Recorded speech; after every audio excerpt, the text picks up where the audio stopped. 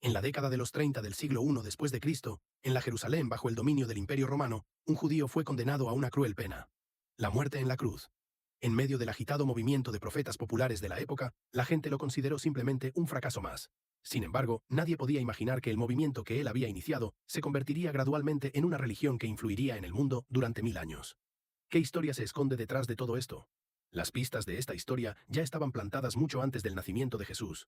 En aquella época, la región de Palestina albergaba a más de 1 millón de judíos. Se sometían al dominio férreo del Imperio Romano. Los impuestos romanos se recaudaban por todas partes en su territorio. La cultura pagana foránea se infiltraba constantemente. La población local sufría una gran opresión y acumulaba un profundo resentimiento. En cuanto a cómo salir de la difícil situación en la que se encontraban, toda la nación se vio sumida en intensas divisiones y tensiones. 4 corrientes opuestas constituían las voces predominantes de la sociedad judía de la época, y cada una de ellas guiaba las decisiones de un grupo de judíos. Los fariseos, que observaban estrictamente la ley tradicional, abogaban por la ascética. Los celotes insistían en la resistencia armada contra el dominio romano, y los esenios optaron por el aislamiento y la vida en reclusión, a la espera de un cambio de época. Y las 3 facciones estaban compuestas principalmente por miembros de la alta nobleza que buscaban defender sus propios intereses. Al mismo tiempo, surgió un movimiento masivo de base de avivamiento profético. El movimiento comunitario encabezado por Jesús fue precisamente uno de estos muchos movimientos de base. Un hecho histórico fundamental, universalmente reconocido por la comunidad histórica. Jesús mismo era un judío nativo que creció en una familia judía ortodoxa. Observó estrictamente la ley judía a lo largo de su vida. Y sus primeros seguidores fueron todos judíos. Su ministerio comenzó a orillas del río Jordán, cerca del mar de Galilea. Recorrió aldeas y calles, y en la penumbra de las sinagogas recitaba una y otra vez las antiguas escrituras del Tanaj, proclamando con voz clara y firme que las profecías de los antepasados se habían cumplido y que una nueva era estaba cerca. Lo que él defendía trastocaba por completo las expectativas predominantes del pueblo judío de aquella época. Los fariseos de aquel tiempo concebían una nación en la que todos observaran estrictamente la ley y permanecieran aislados del mundo exterior, mientras que los celotes soñaban con un reino independiente y secular, instaurado mediante un levantamiento armado que derrocara el dominio romano. El reino que Jesús presentó nunca se fundó en preceptos legalistas ni en la hegemonía de la fuerza. Sus cimientos descansaban sobre 3 elementos fundamentales totalmente nuevos: el arrepentimiento, el perdón y el amor. Para ilustrar su visión, compartió con la gente una parábola muy conocida.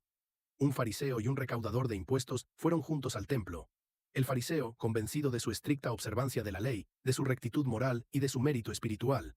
Y el recaudador de impuestos, considerado un traidor y un pecador, lleno de profunda humildad. Mientras permanecía a cierta distancia fuera del templo, golpeándose el pecho en un acto de examen interior y suplicando sinceramente perdón, aquel hombre recibió de Jesús un veredicto que sorprendió a todos. Quien se examinaba humildemente a sí mismo era mucho más digno de aprobación que aquellos que se enorgullecían de su observancia de la ley. Tal pronunciamiento desafiaba directamente la autoridad largamente establecida de los fariseos, quienes consideraban a Jesús como un simple hombre de origen oscuro, carente tanto de respaldo oficial como de cualquier título religioso. Sin embargo, él se atrevió a cuestionar públicamente los principios que ellos habían defendido toda su vida y a desafiar a toda la élite judía. A partir de entonces, el resentimiento de los fariseos hacia Jesús se intensificó, mientras que el número de sus seguidores crecía constantemente. La gente, conmovida por sus palabras y acciones, acudía en masa a su lado. Jesús eligió a 12 hombres como sus discípulos, transmitiéndoles gradualmente sus enseñanzas y su modo de vida, y sembrando así la semilla para la continuidad del movimiento. La situación dio un giro drástico durante la última semana de su vida. En vísperas de la Pascua, entró en Jerusalén montado en un burro. Este acto se hace eco de los relatos sobre la llegada del Mesías, que aparecen en las escrituras proféticas judías. La gente de la ciudad estaba eufórica. Cubrieron el camino con ramas de palmera y vitoreaban a voz en cuello. Posteriormente, entró al templo y derribó las mesas de los cambistas. Expulsar a los comerciantes y reprender públicamente a la gente por haber convertido el templo en un nido de ladrones fue un acto que enfureció por completo a los gobernantes del templo. Los saduceos y los fariseos, que normalmente se tenían aversión mutua, llegaron en ese momento a un consenso inusual. Este hombre debía desaparecer.